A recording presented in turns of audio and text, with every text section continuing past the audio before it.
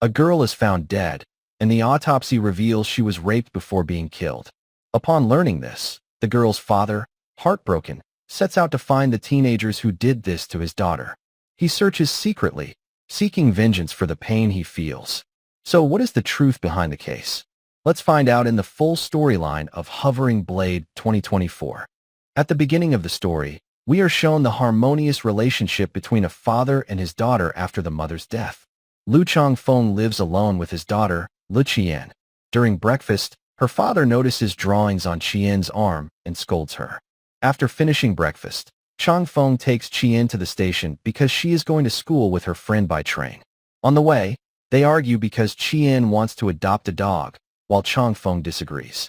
After that, Qian gets out of the car and heads to the station.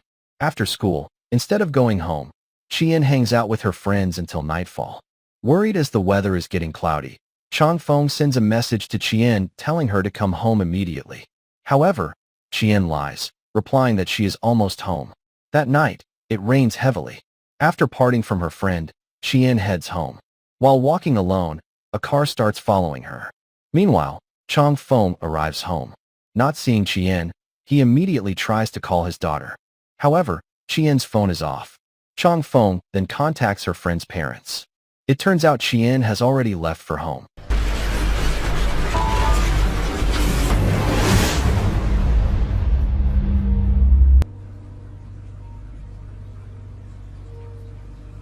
The next day, a body is discovered by the river. A police officer named Liang Jan immediately comes to the crime scene. A young officer named Zhao He takes Jan to where the body was found. Jan believes the body has been dead for less than 36 hours.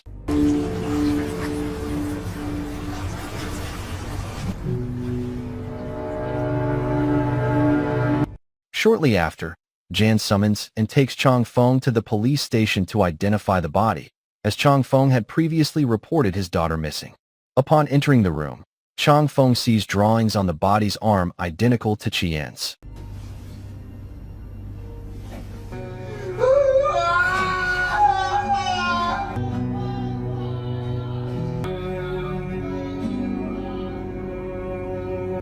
A while later, Jan interrogates Changfeng.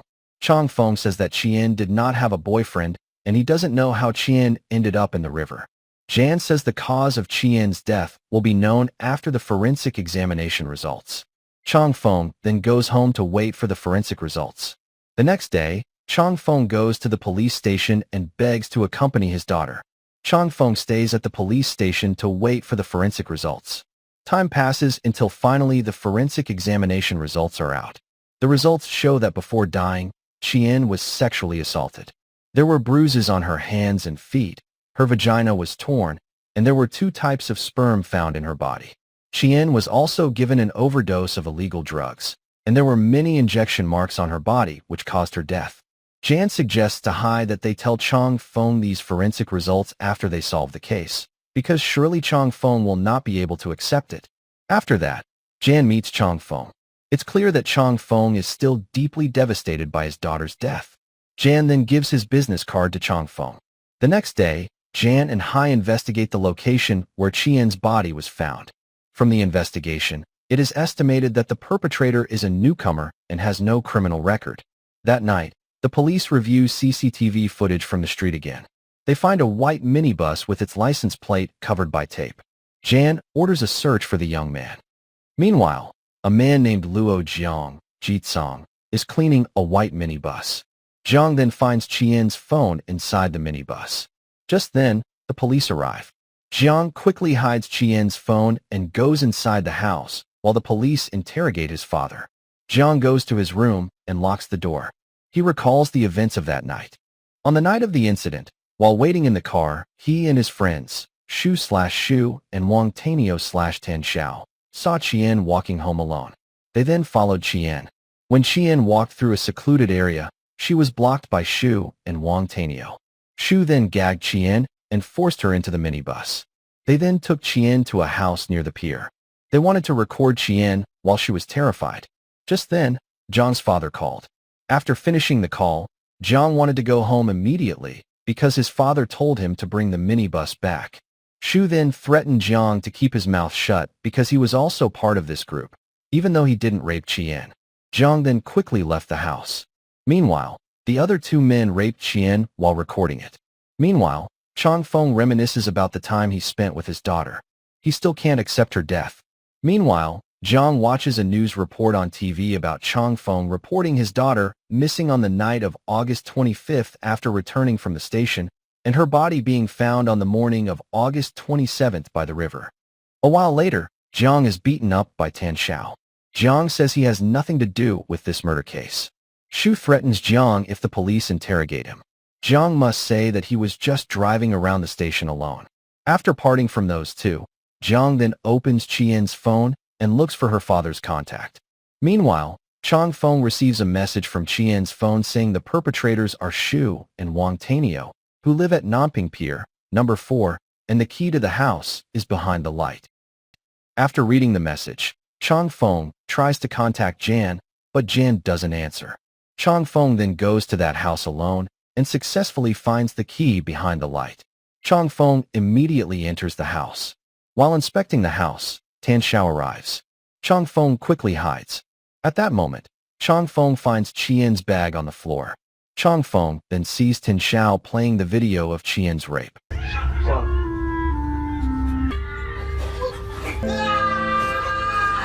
Chang Feng gets up, beats Tan Xiao, pushes him, and knocks him down. However, Tan Xiao gets up and punches Chang Feng until he falls, then tries to attack him with a baseball bat.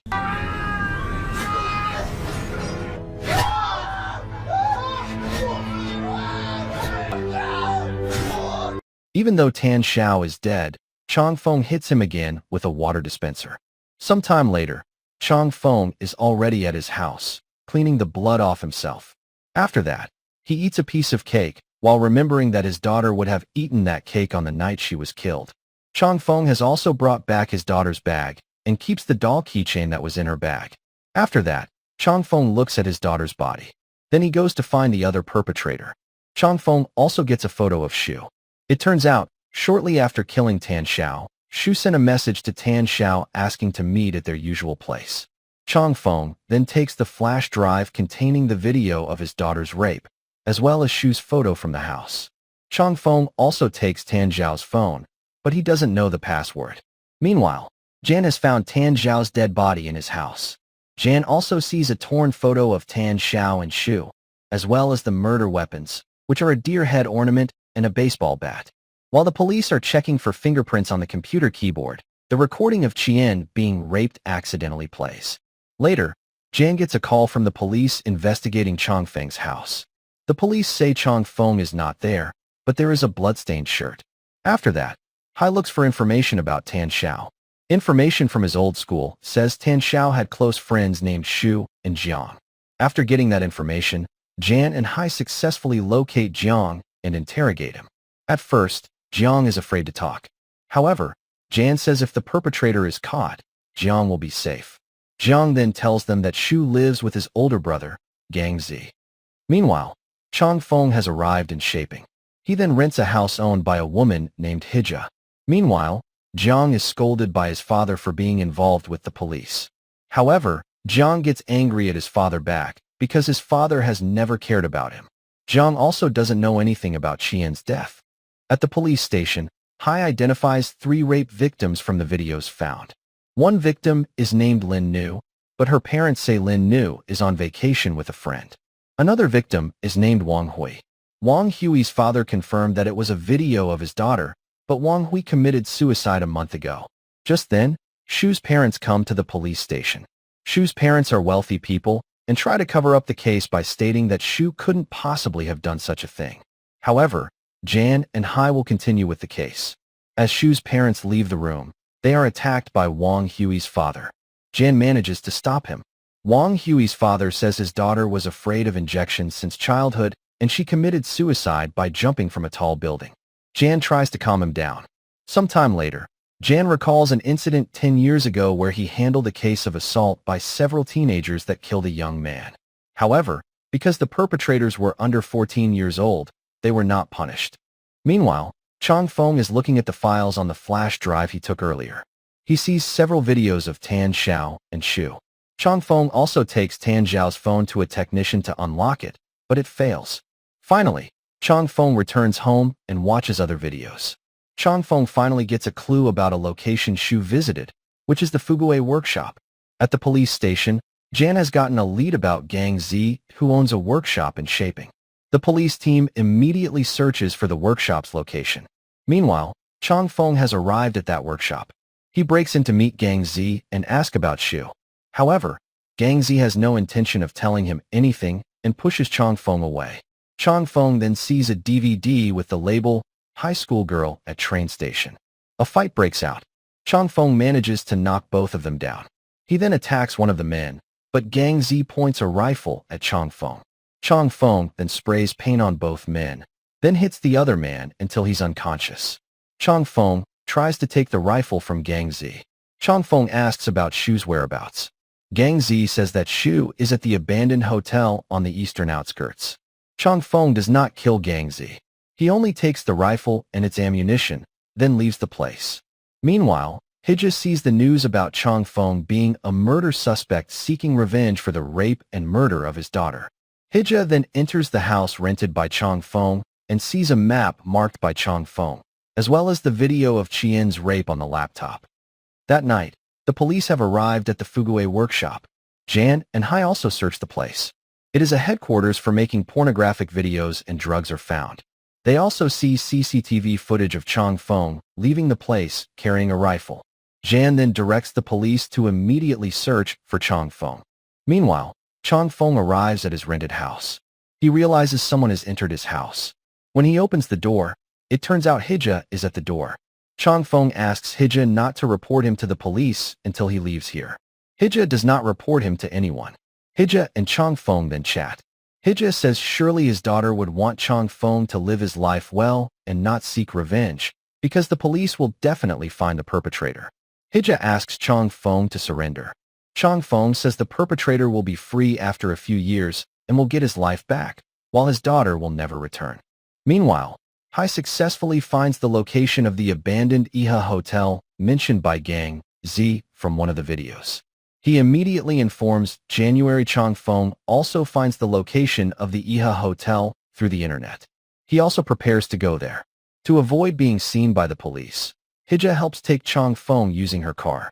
Meanwhile, Jan and the other police have arrived at the Iha Hotel. Meanwhile, the car driven by Hija has to stop because the road is blocked by a landslide. To get to their destination, they have to detour back to the Iha Hotel. The police fan out to search for clues there. While inspecting the hotel building, they hear something from the upper floor. They then go up to check. It turns out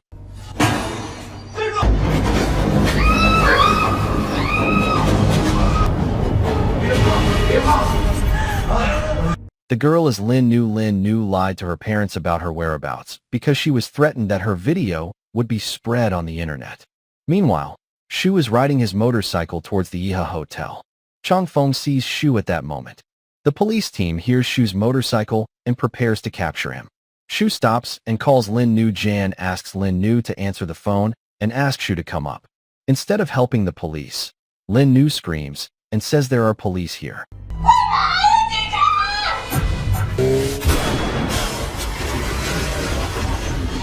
Jan sees Lin Nu running, chased by Changfeng. He then jumps from the upper floor and immediately chases them with the other police officers. Lin Nu goes down into a ravine and manages to hide. Changfeng also immediately goes down there. Meanwhile, Jan loses both of them. However, Jan successfully finds Changfeng and immediately chases him. Meanwhile, Shu manages to hide. Changfeng continues running to avoid January. Changfeng successfully hides, so Jan cannot find him. Changfeng starts running again. Jan sees Changfeng and immediately chases him. Changfeng no longer cares.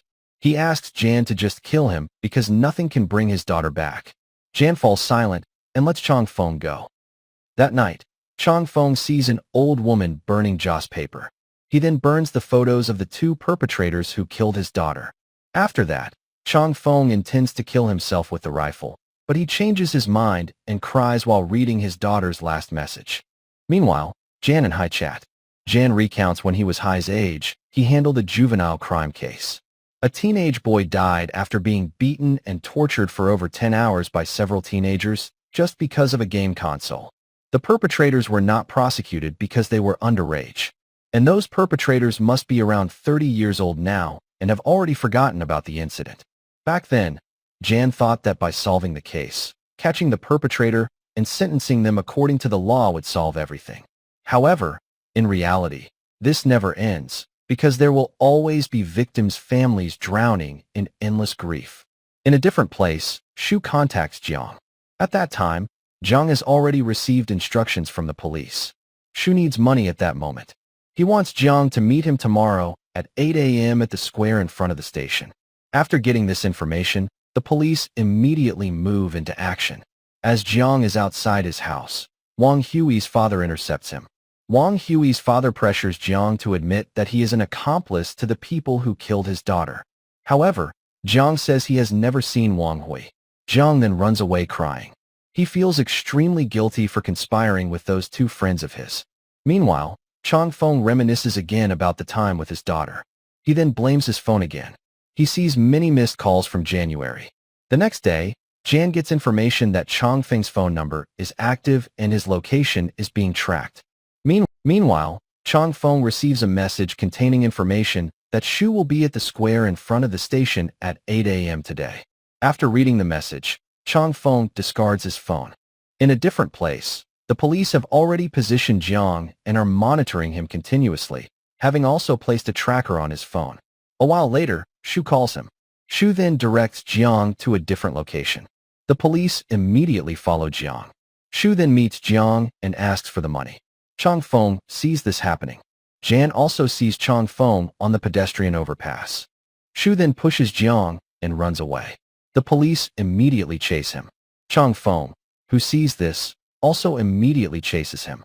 Jan also immediately chases Chang Feng. Shu keeps running to avoid the police and enters a market. Shu successfully evades the police and runs into crowded streets. Chang Feng then uncovers the rifle he had wrapped in cloth.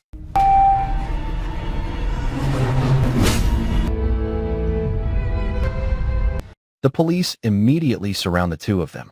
Chang Feng shouts and says that Shu raped and killed his daughter. Shu begs Chang Feng and offers to give him any amount of money he wants. Jan arrives at the scene and asks all the people there to back off and move away. Jan then approaches Chang Feng.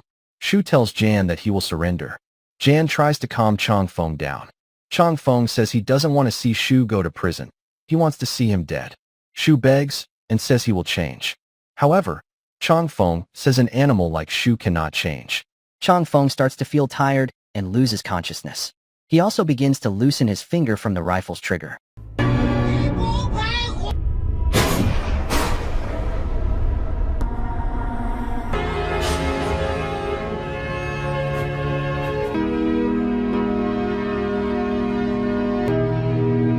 Chang Feng, who was shot by the police, weakens and collapses. He remembers the time he spent with his daughter.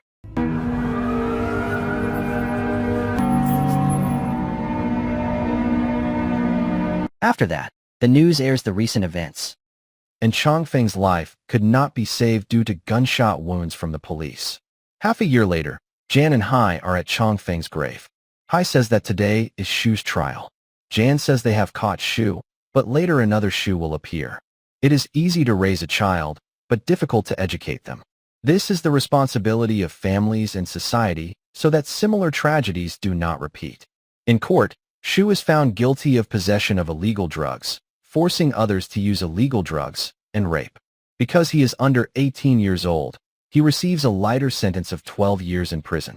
Shu has filed an appeal, but his appeal is rejected.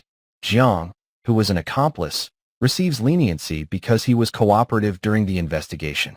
Meanwhile, the victim, Lin Nu, suffers physical and mental injuries and is diagnosed with Stockholm Syndrome. Hija is also sentenced to 3 months in prison for sheltering Chang Feng. Zhang's father is also sentenced to 6 months for leaking Shu's whereabouts to Chang Feng. 10 years later, a new amendment is established. Individuals who are 12 years old or over but under 14 years old will still be held accountable for all criminal acts that cause death or cruelly injure others resulting in severe disability. Now we return to the night before the tragedy that took Qian's life. The situation changes because at that time Changfeng picks Qian up. Changfeng also buys the puppy that Qian really wanted. They happily go home together because they are now at peace together. The story ends here, guys. So, that was the complete storyline of Hovering Blade 2024, a Chinese film adapted from a Japanese novel. Thank you for watching and see you in the next video.